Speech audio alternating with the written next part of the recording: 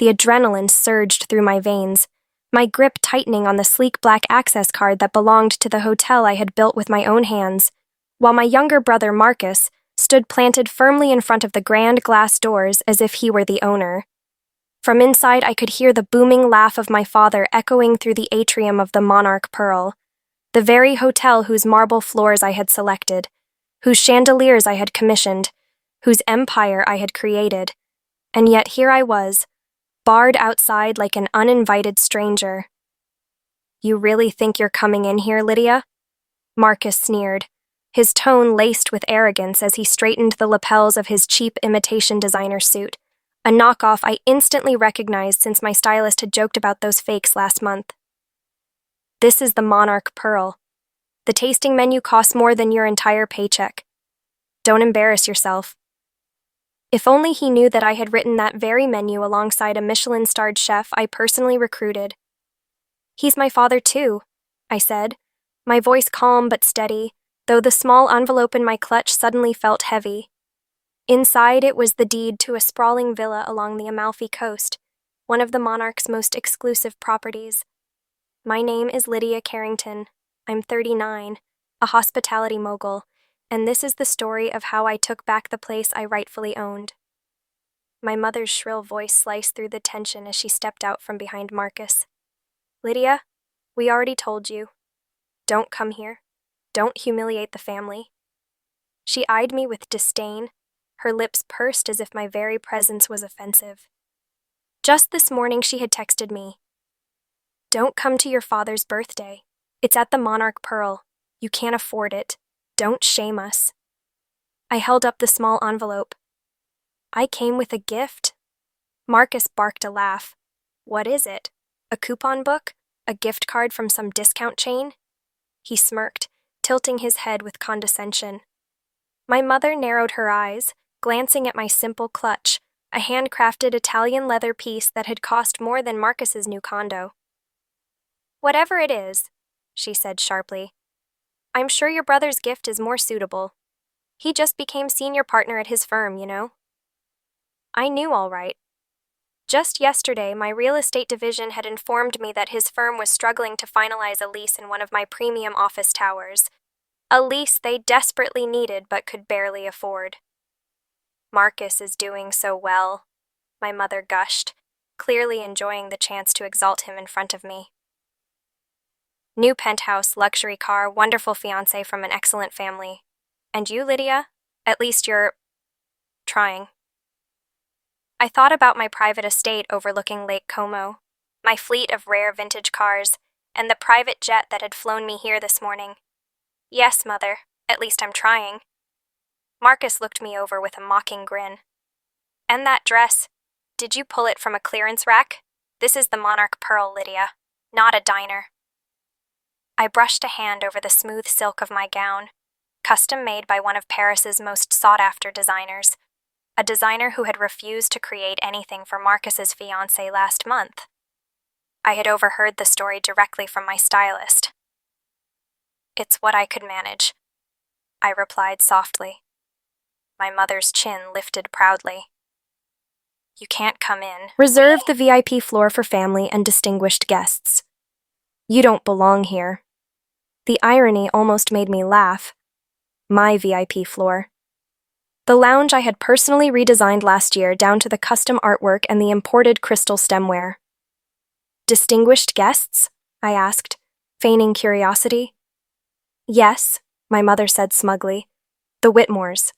They own one of the biggest law firms in the city, the Caldwells, old family money, and of course Mr. Harrington from the bank. Very important people." I suppressed a smile. The Whitmores leased 3 of my high-rise towers. The Caldwells had begged for membership at one of my resorts last month, and Mr. Harrington's bank had been pursuing a multi-million-dollar loan from my investment group for weeks. "Very important indeed," I murmured. "Exactly," Marcus said with satisfaction. "So you see why you can't be here. What would people think if they knew Dad's failure of a daughter was lurking around?" "Marcus?" my mother chided gently, though the approval in her eyes betrayed her. "Be nice. Lydia made her choices. If she'd stayed in the family firm like you, things would be different. The family accounting firm, now struggling to survive in one of my properties, always just scraping by. My property manager's reports never failed to amuse me. Just then, Marcus's fiancée Rebecca appeared, her diamond necklace glittering under the lights. "What's taking so long?" she asked, then spotted me. Her face stiffened. "Oh, Lydia, I didn't expect to see you here." "Clearly not," I replied evenly. "Rebecca just got promoted to vice president at her bank," my mother said with pride. "Junior vice president?" I corrected quietly. I knew every detail of her position because that very bank handled some of my company's smaller accounts. "Well, it's certainly more impressive than whatever you're doing," Marcus snapped. "What is it now? Restaurant manager? Bartender?" I thought about the meeting I had left earlier this morning with my board of directors, where we finalized the acquisition of that very bank. The paperwork sat ready on my desk upstairs in my private office. "Something like that," I answered calmly. "Enough!" my mother snapped. "Lydia, just go home. Stop making a scene. I'll tell your father you couldn't afford to come." "Couldn't afford it," Marcus repeated with a grin. I looked past them at the magnificent glass doors, at the hotel I had conceived from nothing but ambition, every inch of which I had built, owned, and commanded. For a moment, I considered turning away, letting them believe the lie they had clung to for a decade. But then I remembered my first mentor's words. Success means nothing if you don't claim it for yourself. My jaw tightened. My shoulders straightened. "Actually," I said softly, "I think I'll stay." Before my mother could respond, the heavy glass doors swung open, and Samuel, my head of security, stepped out. He had been with me since the day I bought my first struggling inn and turned it into the Monarch Pearl Empire. His deep voice carried across the entrance. "Everything all right, Madam CEO? Your usual table is prepared, and Chef Juliet is waiting for you to approve tonight's tasting." Silence dropped like a stone. Marcus's mouth fell open. My mother's hand gripped the brass doorframe for support. I smiled warmly at Samuel. Perfect timing. My family was just explaining how I couldn't afford to be here. He frowned. "But you own the Monarch Pearl, madam. You own the entire chain." "Yes," I replied, turning to my stunned family. "Shall we go inside? I believe you've reserved the VIP floor, my VIP floor to be precise." Rebecca's clutch slipped from her hand, hitting the marble steps with a hollow clatter. "That's impossible," Marcus stammered. "The Monarch Pearl is worth billions."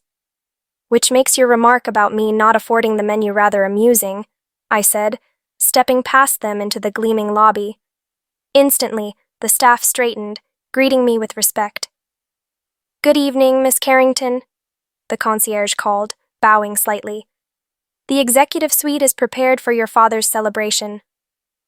"Thank you, Rachel," I replied, then turned to my paralyzed family. "Coming?" They followed in dazed silence, staring at the gilded walls as though they were seeing them for the first time. Every staff member greeted me by name, a quiet testament to the years I had spent earning their loyalty. My mother finally found her voice, trembling as she glanced at my gown. "That dress. It's custom, isn't it?" "Yes, Paris. About 30,000, I think. I tend not to check anymore." I smiled faintly. Unlike Marcus's suit, which is unfortunately a counterfeit, the real collection hasn't even been released yet. I attended the private showing myself. Their faces turned pale as the elevator doors slid open, revealing the private lift reserved only for me. I held up the special key card, the very one that unlocked the world they had tried to keep me from. And with that, part one of my story had only just begun. The elevator doors slid open directly into the shimmering expanse of the VIP lounge, its crystal chandeliers casting golden light across the guests gathered for my father's birthday. Conversation stilled. Glasses froze mid-air. Every eye turned to me as I stepped into the room, my family trailing awkwardly behind. At the head table, my father rose to his feet, his expression a mixture of shock and confusion. "Lydia," he said, his voice unsteady. "What are you doing here? Your mother told me you couldn't afford to come." I walked forward slowly, every step echoing against the marble floor that I myself had chosen during the last renovation. "Happy birthday, Father. I hope you don't mind if I crash the party in my own hotel." A murmur rippled through the crowd. Mr. Harrington from the bank pushed back his chair, eyes widening. "Miss Carrington? You own the Monarch Pearl?" "And the entire Carrington Hospitality Group," I confirmed smoothly. 36 hotels worldwide, several resorts, a dozen fine dining restaurants. You could say I've been busy. Gasps filled the air. Thomas Whitmore, the smug attorney my mother had been boasting about, all but choked on his champagne. "You're the mysterious CEO who's been buying up Prime City properties? Robert," he turned to my father, "your daughter is one of the most powerful entrepreneurs in the country." My father sank heavily back into his chair, his face pale, his confidence crumbling in front of his peers. Just hours ago, he had been the proud patriarch with his golden son Marcus at his side. Now the truth stripped him bare. My mother's pearls trembled against her throat. "Why didn't you tell us, Lydia? We could have supported you." I raised an eyebrow. "Would you have?" 10 years ago, when I left the family firm to follow my dream, you told me no daughter of yours would be a glorified waitress. You cut me off. You mocked me. You erased me from family gatherings. Why share my success with people who only measure worth by money? "But you have money now," Marcus snapped, his voice desperate. "Why hide it from us?" "Because it was never about money," I replied coldly.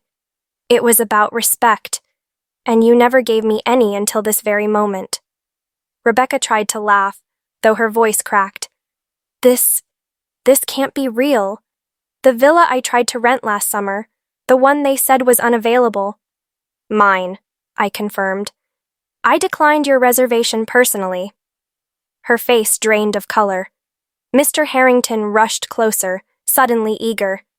"Miss Carrington, about that loan proposal, surely we can discuss terms." "Later," I interrupted with a polite smile.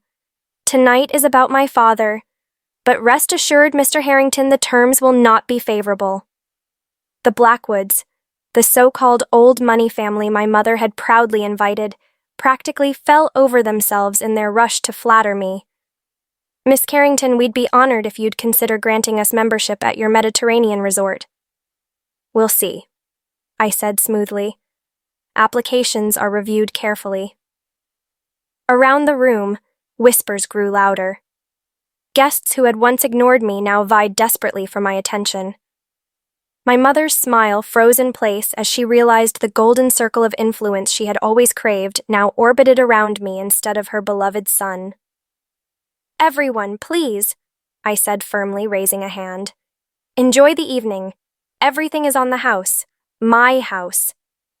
Applause broke out, hesitant at first, then swelling with admiration. I turned to my father, whose eyes brimmed with something between regret and awe. From my clutch, I pulled the envelope that had felt so heavy earlier and laid it gently in front of him. "Happy birthday. Inside you'll find the deed to a villa on the Amalfi Coast. It's yours, if you want it, from your failure of a daughter." The room erupted in astonishment. My father's hands trembled as he opened the envelope, staring at the elegant document. His lips moved soundlessly before he whispered, "Lydia, I don't deserve this." "No," I said softly. "You don't. But this gift isn't about deserving. It's about showing you that I never needed your approval to succeed. I built all of this without you." For the next hour, I moved through the lounge like a queen among pawns. Every guest approached me with newfound reverence. The Whitmores begged to discuss leasing opportunities. The Caldwells hinted at investments. Mr. Harrington followed me like a shadow, and all the while, my family sat silent at the table, their world crumbling around them. Marcus's fiancée slipped away quietly once she realized his golden future was built on quicksand. Marcus himself grew red-faced, furiously texting as if he could salvage his reputation with a few desperate phone calls. My mother alternated between tears and frantic explanations, telling anyone who would listen that she had always believed in me. And my father, he simply sat in silence, staring at me with haunted eyes. Later, I found him on the terrace, the city lights sprawling beneath us. He pointed at the skyline, at the towers that glittered in the night. "How many of those do you own?" "Enough," I replied, my voice steady, "including the one where the family firm still struggles to pay rent." He winced, his proud shoulders sagging. "I was wrong, Lydia, so wrong. Can you forgive me?" I considered him for a long moment, the father who had dismissed me, belittled me, cut me out of his life.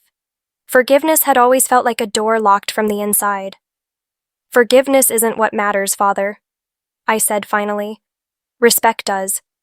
And you only respect success once it's undeniable.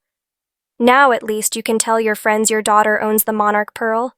That should make for fine dinner conversation." His face crumpled, but I felt no triumph. Only clarity. I turned and walked back into the lounge, where the party carried on under my chandeliers, on my marble floors, in my empire. Tomorrow the family dynamic would shift forever. Marcus would no longer be the golden child. My mother would rewrite history to make herself look loyal.